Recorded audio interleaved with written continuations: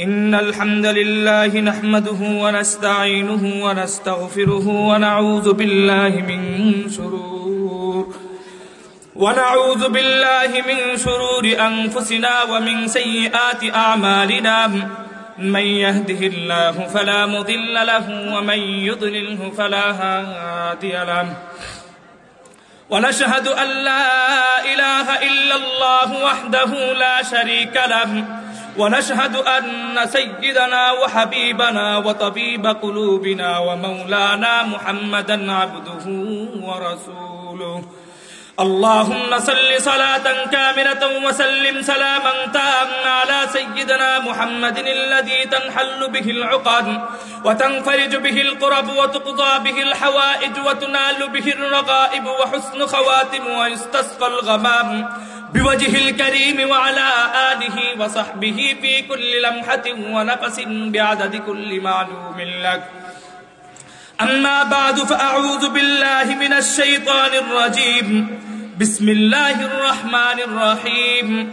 الحمد لله رب العالمين وقال الله سبحانه وتعالى في آية أخرى وما أرسلناك إلا رحمة للعالمين وقال الله سبحانه وتعالى في آية أخرى ولله العزة ولرسوله وللمؤمنين ولكن المنافقين لا يعلمون وقال النبي صلى الله عليه وسلم يشيب ابن آدم ويشب فيه خصلتان وقال النبي صلى الله عليه وسلم من عاد لي وليا فقد آذنته بالحرب بارك الله تعالى في فرقانه الحميد وتبارك الله تعالى في محدث حديث الشريف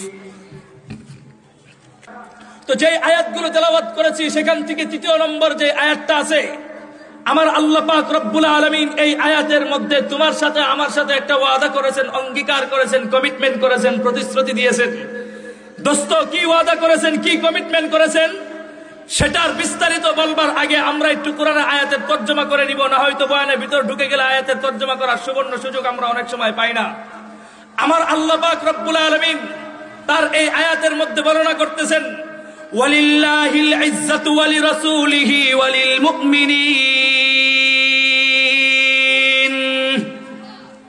আল্লাহ বলতেছেন ইজ্জত এবং সম্মান এটা হচ্ছে আমার আল্লাহ তাআলার জন্য নির্ধারিত। কার জন্য নির্ধারিত? এটা আওয়াজ করে বলি, কার জন্য নির্ধারিত? আমার আল্লাহ অতঃপর বলতেছেন ওয়ালিরাসূলিহি, এই ইজ্জত এবং সম্মান এটা আমার আল্লাহ নির্ধারণ করেছেন নবী এবং রাসূলদের জন্য। জোরে আওয়াজ করে বলি আল্লাহু আকবার। আমার আল্লাহ অতঃপর বলতেছেন ওয়ালিল মুমিনিন, এই ইজ্জত এবং সম্মান এটা আমার আল্লাহ নির্ধারণ করেছেন তুমি আমি ঈমানদার মুসলমানদের জন্য। জোরে বলি সুবহানাল্লাহ। মিয়া সুবহানাল্লাহর আওয়াজে তো আসতে হয় না, এই জমিনের নিচ থেকে তোমাকে সুবহানাল্লাহর আওয়াজ দিতে দেরি হয়, আমার আল্লাহর রহমতের ফেরেশতারা তোমার জন্য জান্নাতে গাছ লাগাইতে দেরি হয় না। কাজেই আমার আল্লাহর এই কথার দ্বারা স্পষ্ট হয়ে যায় আমি আর তুমি হলাম ইজ্জতের জাতি। আমার আল্লাহ তোমাকে আমাকে কোথায় ইজ্জত দিবেন এটা সুনির্দিষ্ট কোনো জায়গা উল্লেখ করেন নাই। আমার আল্লাহ তোমাকে দুনিয়াতে ইজ্জত দিবে, আখিরাতে দিবে না, বিষয়টা এমন। আবার আখিরাতে দিবে, দুনিয়াতে দিবে না, বিষয়টা এমনও। বরঞ্চ আল্লাহ পাক রব্বুল আলামিন সর্বকালীন শব্দ ব্যবহার করেছেন। আল্লাহ ঈমানদার মুসলমানদেরকে দুনিয়াতেও ইজ্জত দান করবেন, আখিরাতেও সফলতা দান করবেন। কথা ঠিক না বেঠিক? এখন কথা পরিষ্কার বুঝেন, আমার আল্লাহ তোমাকে যা আমাকে যে ইজ্জত দিবেন এটা কি দুনিয়ার মধ্যে যে উল্লেখ করলেন দুনিয়াতেও ইজ্জত দিবেন, এই কথার দ্বারা স্পষ্ট হয়ে গেল আমি আর তুমি হচ্ছে দুনিয়ার মধ্যে ইজ্জতের জাতি, সম্মানের জাতি। কথা ঠিক না বেঠিক? কিন্তু আমরা যদি আল্লাহর এই কোরআনের আয়াতটাকে যদি এক জায়গায় রাখি আর যদি গোটা পৃথিবীর ভয়াল মানচিত্রটাকে যদি আরেক জায়গায় রাখবার চেষ্টা করি, তাহলে দুটোকে মিলিয়ে দেখব পৃথিবীর মধ্যে আমার আল্লাহর কোরআনের আয়াতের সাথে পৃথিবীর মানচিত্রের কোনো মিল। তাহলে আমার আল্লাহর কোরআনের আয়াত কি মিথ্যা বলতেছে? নো, মিথ্যা নয়। আমরা যেটা দেখতেছি আমাদের স্বদেশে অথবা ফিলিস্তিনিতে মজলুম মানুষগুলো যারা নির্যাতিত হচ্ছে, এটা যেমন সত্য কথা, তার চাইতেও বড় সত্য কথা হচ্ছে আমার আল্লাহর দেওয়া কোরআনের ওয়াদা। তার কারণ কি? আরে বেটা, আমরা সাধারণ ইমানদার আল্লাহর কোরআনের আয়াত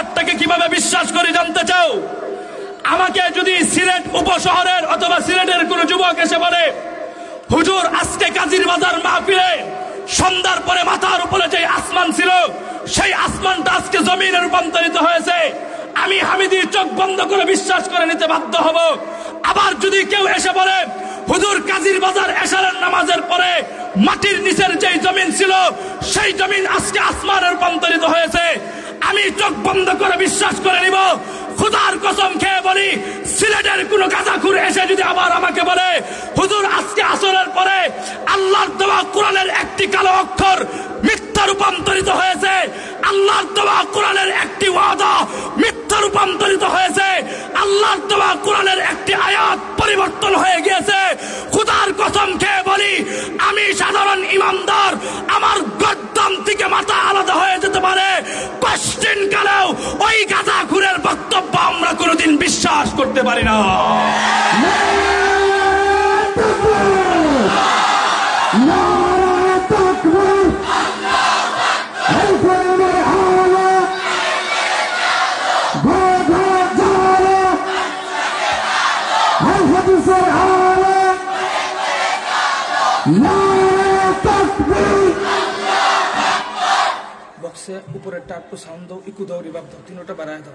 মুহতারাম হাজরিন, তো যেই কথা বলতে চাই, আমার আল্লাহ তোমাকে আমাকে ইজ্জত দান করবেন, সফলতা দান করবেন। তো বলুন তো দেখি, এই সফলতা দান করার ক্ষেত্রে আমার আল্লাহর কিছু নিয়ম আছে না নাই? আরেকটু আসতে পারেন, আছে না নাই? শুধু কি তোমাকে আমাকে ইজ্জত দেওয়ার ক্ষেত্রে নিয়ম তাই নয়, আমার আল্লাহ দুনিয়া পরিচালনা করার ক্ষেত্রে ওনার কিছু নিয়ম আছে না নাই?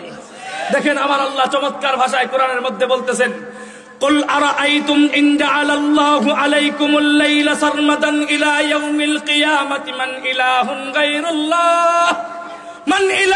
غير الله يأتيكم بضياء أفلا تسمعون।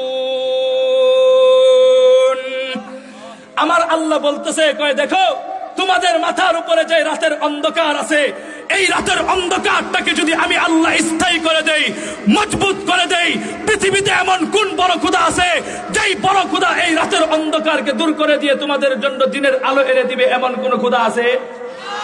আরো আসতে আমার আল্লাহ আবার বলতেছে, কয় দেখো তোমাদের মাথার উপরে যে সূর্যের আলোটা উঠে, এটা ঠিক মাঝখানে আসবার পরে আমি আল্লাহ যদি বন্ধ করে দেই, পৃথিবীতে এমন কোন বড় খোদা আছে যেই বড় খোদা এই দিনের আলোটাকে সরিয়ে দিয়ে তোমার আরামের ঘুম, পশু পাখিদের আরামের ঘুম, নিদ্রার ঘুম ঘুমানোর জন্য তোমাদের মধ্যে আবার রাতের অন্ধকারকে ফিরিয়ে দিবে? এমন কোন খোদা আছে? এখন আস্তে করে আওয়াজ দিয়ে বলুন তো দেখি, সন্ধ্যার সময় সূর্যটাকে ডুবিয়ে দেন কে? আরো আস্তে বলেন কে? আরে ফজরের সময় সূর্যটাকে উদিত করেন কে? ও দোস্ত, পাহাড়ের উপত্যকায় ঝর্ণার মধ্যে 24 ঘন্টা পানিগুলো প্রবাহমান করেন কে? ও দোস্ত, শুধু তাই নয়, তোমার জন্য আমার জন্য যখন জমিনে চাষাবাদের জন্য বৃষ্টির প্রয়োজন হয়, সাগরের এই পানিগুলো, নদীর এই পানিগুলো আকাশের মধ্যস্থল পর্যন্ত পৌঁছে দিয়ে মেঘমালায় জমাটকৃত করে তোমার জমিনের মধ্যে বৃষ্টি বর্ষণ করে দেয় কে? ও দোস্ত, এগুলো হচ্ছে আমার আল্লাহ তাআলার নিয়ম, এগুলো হচ্ছে আমার আল্লাহ তাআলার নীতি। এই নীতি শুধু আজকের জন্য নয়, আদিকাল থেকে চলছে, আজও চলবে, কালও চলবে, কিয়ামত পর্যন্ত এভাবেই চলতে থাকবে। ওয়ালান তাজিদা লিসুন্নাতিল্লাহি তাবদীলা। খোদা কি কসম, আমার আল্লাহর এই নিয়ম নীতির মধ্যে কিয়ামত পর্যন্ত বিন্দুমাত্র কোনো পরিবর্তন আসবে? আরো আসতে তো বুঝেন, আমার আল্লাহ তোমাকে যে আমাকে ইজ্জত দান করবেন, এটা দেওয়ার ক্ষেত্রে আমার আল্লাহর কিছু নিয়ম আছে না নাই? এখন বুঝেন, আমার আল্লাহ পৃথিবীতে মানুষকে 2 ভাগে বিভক্ত করেছেন। কয় ভাগে? বলেন কয় ভাগে? এক প্রকার মানুষের নাম হচ্ছে ইমানদার, আরেক প্রকার মানুষের নাম হচ্ছে বেঈমান। কথা ঠিক না বেঠিক? তো আমার আল্লাহ ইমানদারদের ব্যাপারে ওয়াদা করেছেন, ইমানদাররা যখন ইমানদারদের পথে হাঁটবে, আমার আল্লাহর ওয়াদা হচ্ছে ইমানদারদেরকে দুনিয়াতেও ইজ্জত দান করবেন, আখিরাতেও সফলতা দান করবেন। আবার বেঈমানদের ব্যাপারে ওয়াদা হচ্ছে, বেঈমানরা যখন দুনিয়াতে আমি আল্লাহ তাআলার দেওয়া নির্ধারিত পথে হাঁটবে, ওরা যখন দুনিয়াতে থেকে তোমাদের জন্য উন্নয়নমূলক কাজ করবে, তোমাদের জন্য টাঙ্গাইলে চমচম আর মুক্তাগাছার মন্ডা আর বগুড়ার দই বানিয়ে খাওয়াবে, ওরা যে এই ভালো কাজগুলো করবে, ওদের জন্য আমার আল্লাহর ওয়াদা হচ্ছে ওদেরকে আমার আল্লাহ দুনিয়াতে প্রতিদান দান করবেন। কথা ঠিক না বেঠিক? ওয়ামা লাহুম ফিল আখিরাতি মিন খালাক। এই বেঈমানদের জন্য আখিরাতে কোনো কিছুই। আমার আল্লাহর এই দুইটা কথার দ্বারা স্পষ্ট হয়ে গেল, দুনিয়াটা হচ্ছে না ইমানদার না বেঈমানদের জন্য, দুনিয়া হচ্ছে ইমানদার বেঈমান উভয়ের জন্য। ওয়া আল্লাইসা লিল ইনসানি ইল্লা মা সাআ, যে যতটুকু অর্জন করবে আমার আল্লাহ তারে ততটুকু দান করবেন। পার্থক্য শুধু এতটুকুই, ইমানদার দুই জায়গায় পাবে, বেঈমান এক জায়গায় পাবে। কথা ঠিক না বেঠিক? এখন কথা বুঝেন, আমার আল্লাহ ইমানদারদের জন্য যে পথ রেখেছেন সেই পথের নাম হচ্ছে কোরআন সুন্নাহর পথ, মক্কা মদিনার পথ, কালেমার পথ। আর বেঈমানদের বিজয়ের জন্য আমার আল্লাহ ওদেরকে দুনিয়ার বাহ্যিক ক্ষমতা দিয়েছেন। কথা ঠিক না বেঠিক? বেঈমানদেরকে দুনিয়াতে সুখে থাকবার জন্য, বেঈমানরা দুনিয়াতে আরামে থাকবার জন্য আমার আল্লাহ বেঈমানদেরকে দুনিয়াতে অর্থনৈতিক শক্তি বাড়িয়ে দিয়েছেন। কথা ঠিক না বেঠিক? বেঈমানদেরকে দুনিয়াতে সুখে থাকবার জন্য আমার আল্লাহ বেঈমানদেরকে ওদেরকে অস্ত্রের শক্তির পাওয়ার দিয়েছেন। আমার আল্লাহ বেঈমানদেরকে সুখে থাকবার জন্য ওদেরকে আমার আল্লাহ টেকনোলজির শক্তি বাড়িয়ে দিয়েছেন। বেঈমানদেরকে সুখে থাকবার জন্য আমার আল্লাহ ওদেরকে অর্থনৈতিক শক্তির পাওয়ার দিয়েছেন। বেঈমানদেরকে সুখে থাকবার জন্য আমার আল্লাহ ওদেরকে জনবলের শক্তি দিয়েছেন। কিন্তু আমার আল্লাহর ওয়াদা হচ্ছে, ইমানদারের পাওয়ারের নাম হচ্ছে আধ্যাত্মিক পাওয়ার, কালেমার পাওয়ার। কোন একটা ইমানদার যখন এক কালেমায় বিশ্বাসী হয়ে তাওহীদের উপর অটল থেকে পৃথিবীর যে কোনো প্রান্ত থেকে নারায়ে তাকবীরের স্লোগান দিবে, আমার আল্লাহর ওয়াদা হচ্ছে একজন ইমানদারের স্লোগানের মাধ্যমে পৃথিবীর সমস্ত বেঈমানের শক্তিগুলো থরথর করে জমিনের মধ্যে কাঁপতে থাকবে। কথা ঠিক না বেঠে? কিন্তু কথা হচ্ছে আমার আল্লাহ তোমার জন্য আমার জন্য একটা পথ দিয়েছেন। এই পথকে মাইনাস করে যদি আমরা ভিন্ন পথে হাঁটি, আমরা কি কোনোদিন বিজয় অর্জন করতে পারবো? বলবেন হুজুর কেন পারবো না? কেন? প্রশ্নের জবাব আমার কাছে নাই, আমার কাছে একটা উদাহরণ আছে, আমি দিয়ে যাই। মনে করেন আপনাদের সিলেট উপশহর বা দরগার কোনো একটা লোক এখানে চাষাবাদও করে, আবার মৎস্য চাষও করে, মাছের ফিশারিও করে। তো এই ভদ্রলোক নেত্রকোনা সুষম দুর্গাপুর থেকে উন্নত মানের জ্বালা কিনে আনছে, সিলেটে বীজ বপন করবে। আবার ময়মনসিংহ, গরিপুর, ঈশ্বরগঞ্জ থেকে উন্নত মানের তেলাপিয়ার পোনা আর পাঙ্গাসের পোনা কিনে আনছে, যেহেতু ওইখানে মৎস্য চাষ বেশি হয়। তো সেই জায়গা থেকে পোনাগুলো আনবার পর আর ধানগুলো আনবার পর সিলেটে রাতের বেলায় স্টক রাখছে। সকাল বেলায় ঘুম থেকে উঠে সমস্ত তেলাপিয়ার পোনা আর পাঙ্গাসের পোনাগুলোকে জ্বালা ক্ষেতের মধ্যে ছিটায় দিছে। আপনাদের যুক্তি কি বলে জ্বালা ক্ষেতের মধ্যে 2 থেকে আড়াই মাস পরে 3 কেজি ওজনের তেলাপিয়া ধরবে না? আর সমস্ত ধানগুলোকে বিশাল বড় পুকুরের মধ্যে ছিটায় দিছে। শুভ বুদ্ধি আপনাদেরকে কি উদয় করে, আগামী 2-1 মাসের ভিতরে পুকুরের নিচ থেকে বিশাল বড় বড় লম্বা ধানের শীষ তৈরি হবে। কেন হবে না? সেই প্রশ্নের জবাব কি আপনাদের কারো কাছে আছে? এই প্রশ্নের যেমন কোনো জবাব নাই, আগের প্রশ্নের কোনো জবাব। কথা ঠিক না বেঠিক? আরো সহজে বুঝেন, মনে করেন আজকে আপনি এই মাহফিলে আসছেন। মাহফিলে আসবার পর প্রধান বক্তা যিনি থাকবেন, ওনার আলোচনার আগ দিয়ে আপনার এক বন্ধুর সাথে দেখা হয়েছে। তো আপনি যে মাহফিলে আসছেন, আপনার বাড়ি হচ্ছে এই মাহফিল থেকে পশ্চিম দিকে 1 কিলোমিটার দূরে। এক বন্ধুর সাথে দেখা হয়েছে, পুরানো বন্ধু, মাঝখানে 1 বছর দেখা হয় নাই, তারও বাড়ি এই মাহফিল থেকে 1 কিলোমিটার দূরে, কিন্তু কথা হচ্ছে পূর্ব দিকে। কোন দিকে? পূর্ব দিকে। তো মাহফিল শেষ হওয়ার আগে আপনারা 2 জন বের হয়ে গেছেন। বের হয়ে যাওয়ার পর আপনি আর আপনার বন্ধু বাদাম চাবাইতে চাবাইতে পূর্ব দিকে হাঁটতে শুরু করলেন। দীর্ঘ 4 থেকে 5 মিনিট চলবার পর পূর্ব দিকে যখন গেলেন, বলুন তো দেখি আপনি কি আপনার বাড়ির দিকে অগ্রসর হচ্ছেন নাকি বাড়ি থেকে আরো দূরে সরে যাচ্ছেন? বাড়ি থেকে দূরে সরে যাচ্ছেন। দীর্ঘ 10 থেকে 15 মিনিট আপনার বন্ধু যখন পূর্ব দিকে হাঁটলো, হাঁটবার পর উনি যখন ওনার বউর কাছে, বাড়ির কাছে পৌঁছে গেল, আপনিও কি আপনার বউ আর বাড়ির কাছে ফিরে গেলেন? নাকি আগে আপনার বাড়ি ছিল মাহফিল থেকে 1 কিলোমিটার দূরে, এখন বন্ধুর সাথে তাল মিলিয়ে পূর্ব দিকে হাঁটবার কারণে এখন আপনার বাড়ি কয় কিলোমিটার দূরে? 2 কিলোমিটার দূরে। এখন 1 কিলোমিটার অতিক্রম আপনি বেশি করেছেন। তো আল্লাহ আপনার গায়ে শক্তি দিয়েছেন, 1 কিলোমিটার নয়, আপনি 1000 কিলোমিটার রাস্তা পূর্ব দিকে যাইতে পারেন। যাইতে যাইতে পূর্ব দিগন্ত ক্রস করবেন। খুদার কসম খেয়ে বলে, একদিকে কিয়ামত হয়ে যাবে, খুদা কি কসম, আপনি আপনার বাড়ি পশ্চিম দিকে কোনোদিন খুঁজে পাবেন না। কথা ঠিক না বেঠিক? তার কারণ হচ্ছে আপনার বাড়ি কোন দিকে? পশ্চিম দিকে। যাচ্ছেন কোন দিকে? উল্টো রুটে হাঁটলে আপনি কিয়ামত পর্যন্ত হাঁটতে পারেন আপনার বাড়ি খুঁজে পাওয়া।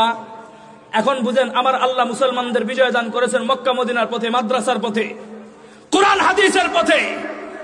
এখন তুমি আর আমি যদি কোরআন সুন্নাহকে মাইনাস করে ইহুদি আর খ্রিস্টানদের কালচারে চলতে থাকি, ওদের দেওয়া বানানো জানুয়ারির 1 তারিখে যদি আমরা মুসলমানের সন্তান আতশবাজি ফুটিয়ে যদি মাদ্রাসার ছাত্রদের তাহাজ্জুদের নামাজ নষ্ট করি, আমি আর তুমি যদি জন্মদিনের উদযাপনের নামে কেক কেটে ইহুদিদের খ্রিস্টানদের আদর্শগুলো গ্রহণ করি, খোদার কসম খেয়ে বলি কিয়ামত পর্যন্ত আমরা ইসরায়েলের পণ্যগুলো আমাদের ঘরে রাখতে পারি, আমরা ওদের গোলামি করতে করতে কিয়ামত পর্যন্ত ওদের গোলামির জিনজিরগুলো আমাদের গর্দানে পেছাতে পারে। খোদার কসম কিয়ামত পর্যন্ত আমরা ইহুদি আর খ্রিস্টানদের হাতে লাঠি আর গুতা খেয়ে যাব, মুসলমানরা কোনোদিন বিজয়ের মুখ দেখতে পারবো না।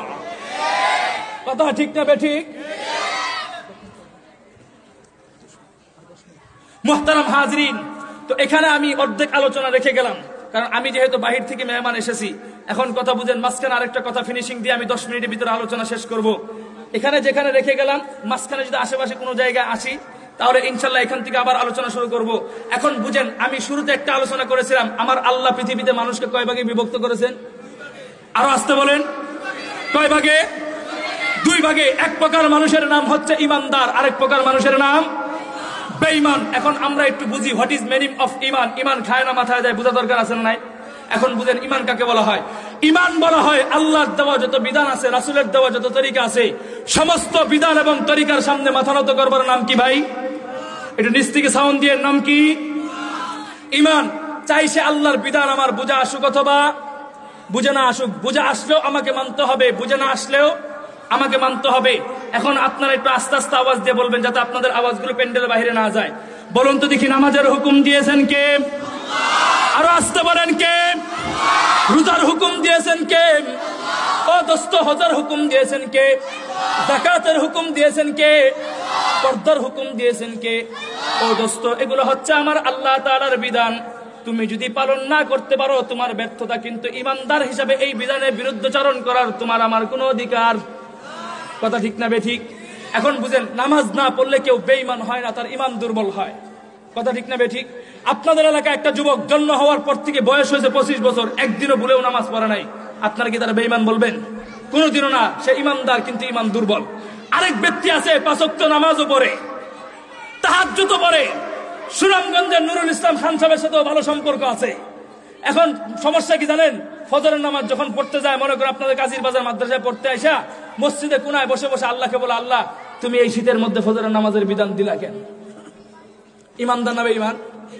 তাহলে বুঝা গেল নামাজ না পড়লে বেঈমান হয় না, নামাজ পড়েও নামাজের বিরুদ্ধে করলে কি হয়ে যায়? কথা ঠিক না বেঠিক? এই জন্যই তো আমরা বলি, এই মিয়া পর্দার বিধান দিয়েছেন কে? আরো আসতে বলেন, কে? আল্লাহ পর্দার বিধান দিয়েছেন। তুমি আর আমি যদি আমার ফ্যামিলির মধ্যে পর্দার বিধান কায়েম না করতে পারি, সেটা আমাদের ব্যর্থতা, কিন্তু পর্দার বিরুদ্ধে মুখ খুলবার তোমার আমার কোনো অধিকার। এই জন্য তো আমরা পরিষ্কার বলি, স্কুলের একটা হেড স্যারকে হেড স্যার হিসেবে যথেষ্ট পরিমাণ মূল্যায়ন করি, কিন্তু ওই গাধাখুর হেড স্যার যখন আমাকে বলে তোমার মেয়ে আর তোমার বোনকে স্কুলে ঢুকতে হলে হিজাববিহীন আর পর্দাবিহীন ঢুকতে হবে, তখন আমাদের পরিষ্কার বক্তব্য থাকে, তোর মতো হেড স্যারকে আমরা যথেষ্ট পরিমাণ সম্মান করে ভালোবাসি, কিন্তু কোরআনের বিধান হিজাবের বিপক্ষে বক্তব্য দেওয়ার কারণে আমাদের পরিষ্কার কথা, আমরা তোর মতো হেড স্যারের গদিতে আগুন ধরাই। কথা ঠিক না বেঠিক? একজন ইমাম সাহেবকে ইমাম হিসাবে যথেষ্ট পরিমাণ শ্রদ্ধা করি, ভালোবাসি, কিন্তু কথা হচ্ছে ওই ইমাম সাহেব যখন আমাকে বলবে আগামীকালকে তোর বউকে আমার সাথে দেখা করতে হবে, ইমাম হিসাবে শতভাগ শ্রদ্ধা এবং ভালোবাসা আমরা তোমাকে দেই, কিন্তু শরীয়ত বিরোধী বক্তব্য দেওয়ার কারণে আমাদের পরিষ্কার কথা, তোর মতো ইমামের গদিতেও আমরা আগুন ধরাই। কথা ঠিক না বেঠিক? এখন আপনারা বুঝেন, ইমানের আরেকটা সংজ্ঞা বুঝেন। কোরআনের শুরুতে বিসমিল্লাহ আছে না ভাই? বিসমিল্লাহ শুরু অক্ষরের নাম কি? এটা আসতে বলেন। পাবলিক কোরআন শরীফ না পড়তে পড়তে এমন অবস্থা হয়েছে, কোরআনের শুরু অক্ষর বা বললে যদি ভুল হয় অনেকে ডরে বলে নাই। শুরু অক্ষরের নাম কি? আরো আসতে। ওই বা থেকে শুরু করে কোরআনের শেষ অক্ষর মিনাল জিন্নাতি ওয়ান নাস সিন পর্যন্ত এ টু জেড টোটাল কোরআনকে চোখ বন্ধ করে বিশ্বাস করার নাম ইমান। চাই সেটা আমার বুঝে আসুক অথবা বুঝে না আসুক, বুঝে আসলেও আমাকে মানতে হবে, বুঝে না আসলেও। এখন আপনারা কথাটা পরিষ্কার বুঝেন, আমার আল্লাহ কোরআনের মধ্যে স্পষ্ট একটা কথা বলতেছেন, হে দুনিয়ার মানুষ, তোমাদের মধ্য হতে এমন একটা জাতি আছে যেই জাতিরা তোমাদের চাইতে সর্ব উৎকৃষ্ট এবং সর্বদামী। কথাটা বলতেছেন কে? আরো আসতে বলেন, কে? আল্লাহ বলতেছে তোমাদের মধ্য হতে এমন একটা জাতি আছে যেই জাতিরা তোমাদের চাইতে সর্ব উৎকৃষ্ট এবং সর্বদামী।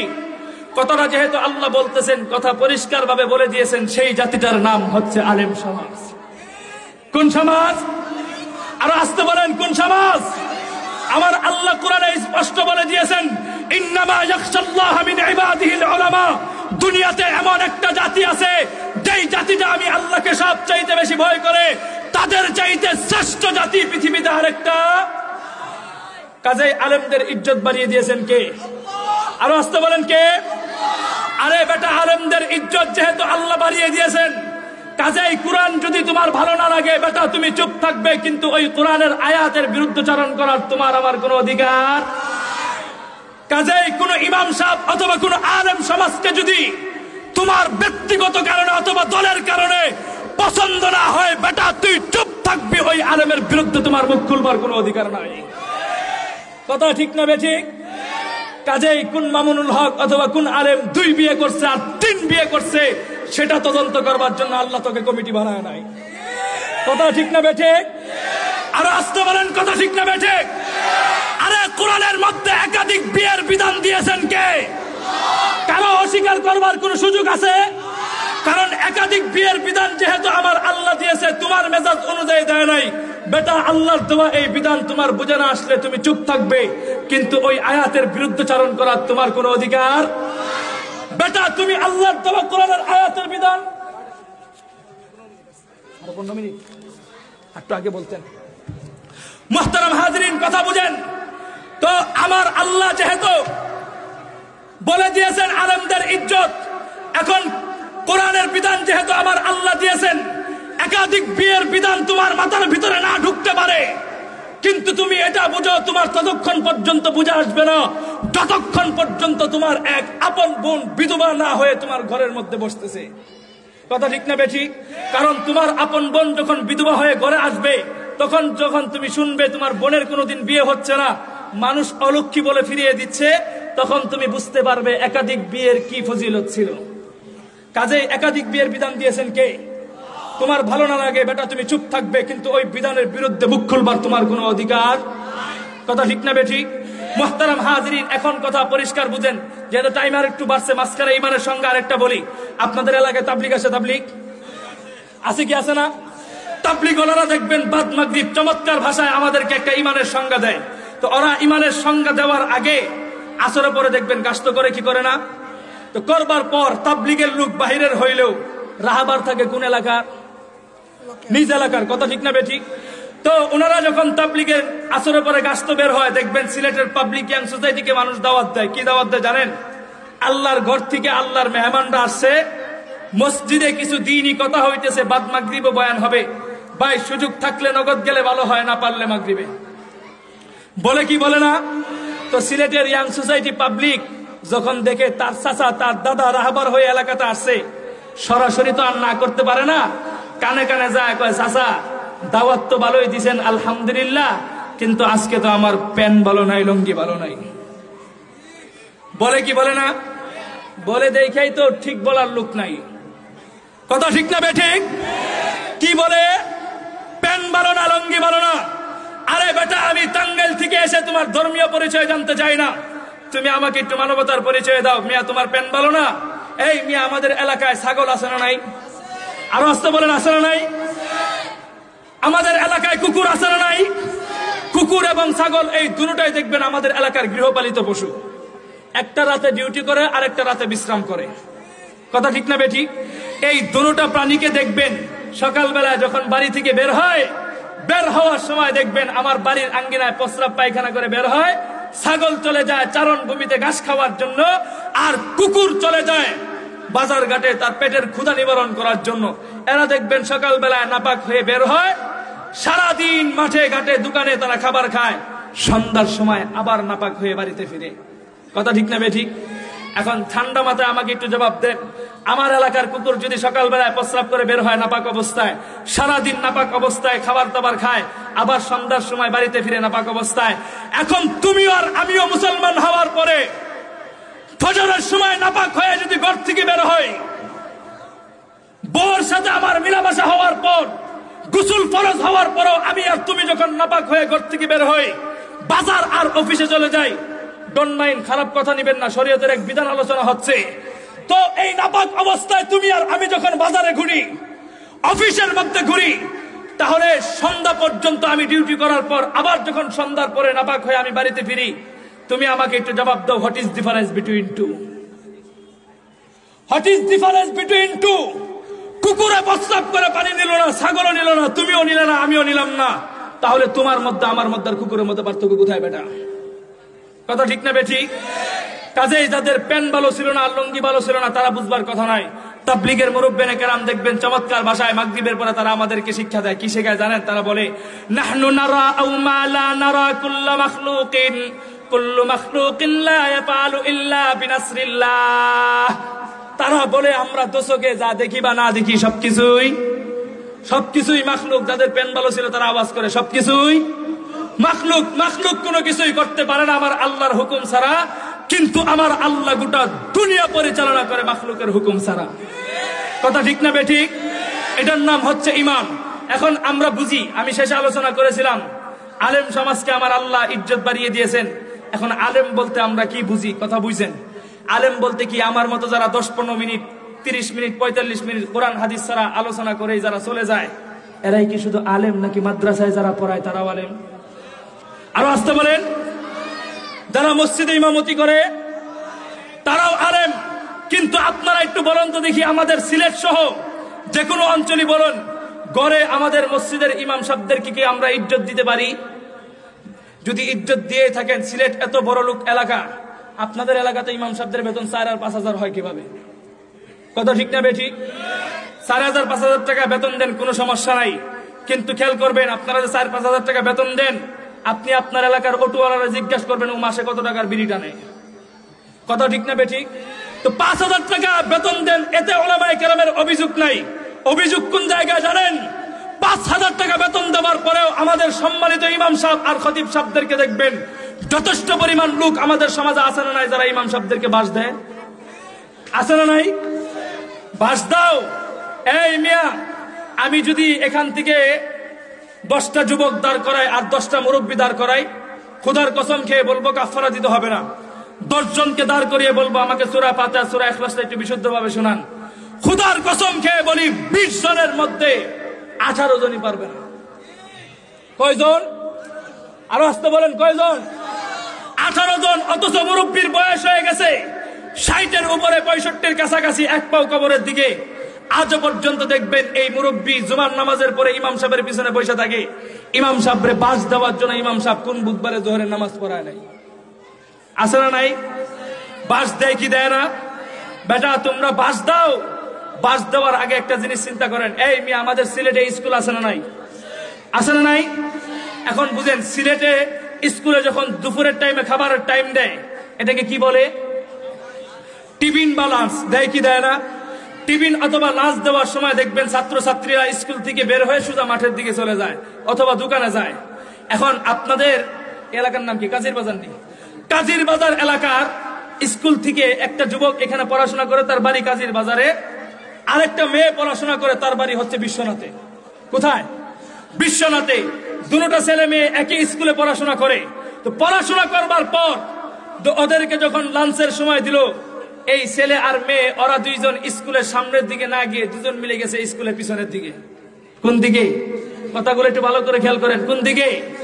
পিছনের দিকে। আমরা কেন যাই? We are going to latrine. কোন দিকে গেছে? বাথরুমের দিকে। এই মেয়ে, আপনারা কি মৃত মানুষ নি? কথা বলেন না। কোন দিকে গেছে? বাথরুমের দিকে গেছে। তো বাথরুমের দিকে যাওয়ার পর দুজনের জরুরত যখন শেষ হয়েছে, শেষ হওয়ার পর আপনাদের কাজীর বাজারের ছেলে বিশ্বনাথের ওই ফুরিকে দেখবার পর একবার বালা মতো একটা ক্রাশ খাই নিয়েছে। কি খাইছে? আরো কোন কি খাইছে? অনেক মুরব্বীরা আকরে তাকায় রয়েছে, হুজুর ক্রাশ সম্পর্কে কি আলোচনা করে? মুরব্বীরা যারা ক্রাশ সম্পর্কে বুঝতেছেন না, আলিয়া মাদ্রাসার ছাত্র অথবা স্কুলের ছাত্র, যুবক কুলাবান যারা আছে, মাহফিল শেষে ওদের কলার ধরে জিজ্ঞাসা করবেন, হুজুর ক্রাশ সম্পর্কে কি আলোচনা করছে, বুঝাই দিয়ে যা। কি খাইছে? ক্রাশ খাইছে।